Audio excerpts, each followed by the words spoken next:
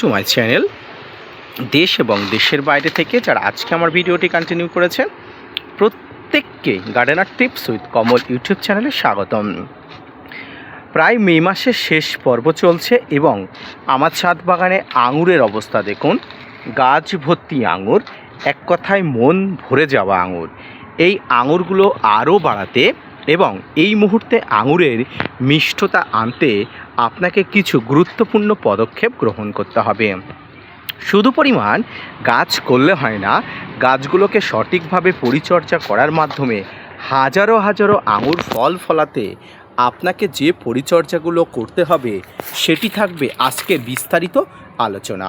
আজকের ভিডিওটি মনোযোগ সহকারে দেখুন, অবশ্যই অনেক অনেক উপকৃত হবেন।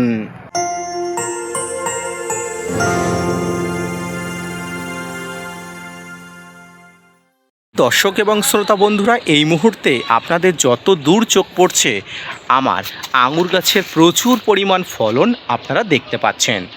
অবশ্যই আপনার ভালো লাগছে, তার কারণ আপনিও হয়তো আঙুর প্রেমী এবং ছাদ বাগানে যদি ছোট্ট পরিসর জায়গাতে এই ধরনের হাজারো হাজারো আঙুরের থোকা লাগানো যায়, সেই আঙুরগুলোকে পরিচর্যা করে বড় করে তোলা যায় এবং আঙুর প্রচুর পরিমাণ আপনি ফলাতে পারেন, তাহলে এর মতো শান্তি বা এর মতো মানসিক শান্তি কিন্তু হয় না।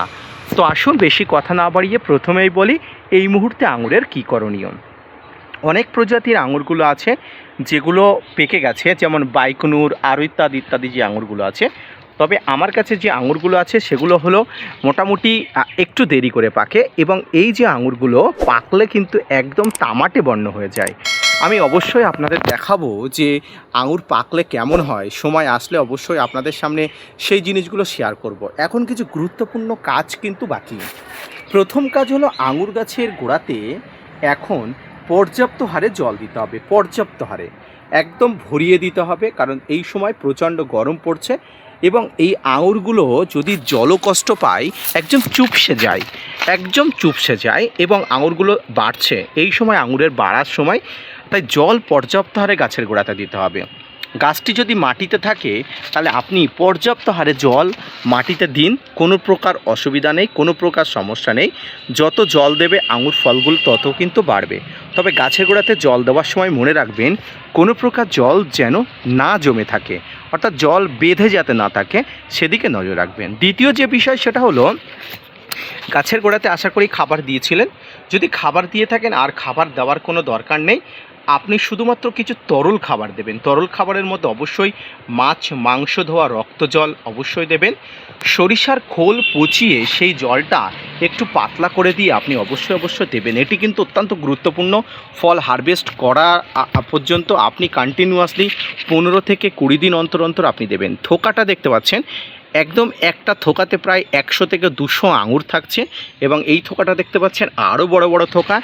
এমনও হাজারো হাজারো আঙুরের থোকা আছে আমার ছাদ বাগানে, আপনারা দেখতে পাচ্ছেন। এবারে যে সরিষার খোল পচানো জলটি আপনি দেবেন, সেই সরিষার খোল পচানো জল অবশ্যই প্রতি 15 দিন অন্তর দেবেন এবং 15 দিন অন্তর যখনই দেবেন তখন এই সরিষার খোলের সঙ্গে একটু ডিএপি একটা দুটো দানা কিন্তু সরিষার খোলের সঙ্গে দিয়ে দেবেন। তাতে কি হবে, সরিষার খোলের সঙ্গে গাছের যে নিউট্রিশনগুলো পাওয়ার দরকার সব যেমন চলে যাবে, ঠিক তেমনি ডাই অ্যামোনিয়াম যে ফসফেট অর্থাৎ ডিএপি, এই ডিএপির মাধ্যমে কিন্তু আঙুরের অনেক উপকৃত হবেন। তৃতীয় যে কাজটি আপনি করবেন প্রচুরভাবে সেটা হলো গাছে এই মুহূর্তে ফাঙ্গিসাইড এবং কীটনাশক স্প্রে করবেন। ফাঙ্গিসাইড আবশ্যিকভাবে স্প্রে করবেন, কারণ ফাঙ্গিসাইড এই সময় অত্যন্ত দরকার। এবং সবচেয়ে গুরুত্বপূর্ণ যে বিষয় হলো মাইক্রোনিউট্রিয়েন্ট বা অনুখাদ্য স্প্রে। মাইক্রোনিউট্রিয়েন্ট বা অনুখাদ্য আপনার ছাদ বাগানের জন্য গুরুত্বপূর্ণ, অত্যন্ত তাৎপর্যপূর্ণ। মাইক্রোনিউট্রিয়েন্ট বা অনুখাদ্য, মাইক্রোনিউট্রিয়েন্টের মধ্যে বোরনকে আমি অগ্রাধিকার দিই। বোরন নামক মাইক্রোনিউট্রিয়েন্ট আপনার ছাদ বাগানের জন্য জরুরি। বোরন, মোবোবিন, অ্যাজ ইউ উইশ আপনি করতে পারেন। এই যে আঙুরগুলো দেখতে পাচ্ছেন প্রায় পেকে গেছে এবং এখনও পাকার পরিসর একদম শেষ হয়নি। 100% পাকলে আমি আপনাদের অবশ্যই দেখাবো। তামাটে বর্ণ হয়ে গেলে এই আঙুরগুলো কেমন লাগে আমি অবশ্যই আপনাদের দেখাবো। তো এই মাইক্রোনিউট্রিয়েন্ট আপনাকে ব্যবহার করতে হবে।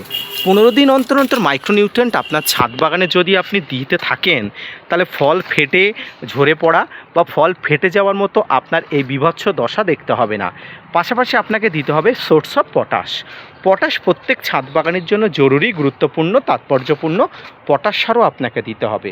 পটাশের মধ্যে আপনি গাছের গোড়াতে লাল পটাশ দিতে পারেন, এবং আপনি গাছে স্প্রে করার জন্য আপনি অবশ্যই 0050 অর্থাৎ সালফেট অফ পটাশ দেবেন।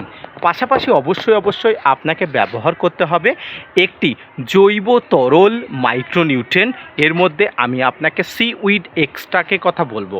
প্রচণ্ড গরমের মধ্যে গাছগুলোকে সাময়িকভাবে রিলিফ করতে আপনাকে সিউইড এক্সট্রাক্টের অবশ্যই জরুরি আছে, বা সিউইড এক্সট্রাক্ট অবশ্যই জরুরি। এই সিউইড এক্সট্রাক্ট ব্যবহার করবেন। যদি সিউইড এক্সট্রাক্ট না থাকে তাহলে অ্যাগ্রোমিন গোল্ড আপনি একবার দুবার স্প্রে করে দেবেন। ফাঙ্গিসাইড হিসাবে অ্যামিস্টার টপ ব্যবহার করবেন। কীটনাশক হিসাবে ডাইমাটের 30% কম্পোজিশন ব্যবহার করবেন। মাইক্রোনিউট্রিয়েন্ট হিসাবে মোবোবিন বা বোরন ব্যবহার করবেন, এবং গাছের গোড়াতে পটাশ হিসাবে লাল পটাশ, এবং গাছের স্প্রে ফর্মে আপনি সাদা পটাশ ব্যবহার করবেন। ব্যাস এইটুকু ব্যবহার করতে পারলে সমস্ত পরিসর কমপ্লিট হবে, এবং আপনার ছাদ বাগানের আঙুরগুলো কিন্তু হৃষ্টপুষ্ট এবং শাখাযুক্ত, প্রচুর পরিমাণ মিষ্টতাযুক্ত হয়ে যাবে। আঙুর ফল মিষ্টতা করার জন্য এই সময় থেকে গাছের গোড়াতে চুন গোলা জল দিতে হবে, অর্থাৎ কলি চুন গোলা জল দিতে হবে। তবে দেওয়ার আগে পিএইচ লেভেল 5-এর উপরে থাকলে দেবেন না, পিএইচ লেভেলটা অবশ্যই দেখে নিয়ে দেবেন। এই ছিল ছাদ বাগানে আঙুর গাছের মিষ্টতা বাড়ানো, ফলের বৃদ্ধি, সব কিছু নিয়ে। এবারে পাখির আক্রমণ থেকে বাঁচানোর জন্য আপনি এই ধরনের জাল ব্যবহার করতে পারেন, যেটা আমি ব্যবহার করেছি। আপনি চাইলে করতে পারেন, না চাইলে কোনো সমস্যা নেই। এই পদ্ধতি ব্যবহার করে দেখুন, অবশ্যই ফলাফল আপনি পাবেন। এবং আঙুর নিয়ে কোনো প্রশ্ন থাকলে কমেন্টস বক্সে কমেন্টস করবেন, অবশ্যই আপনাদের সমস্ত এনকোয়ারি দূর করা হবে। ধন্যবাদ।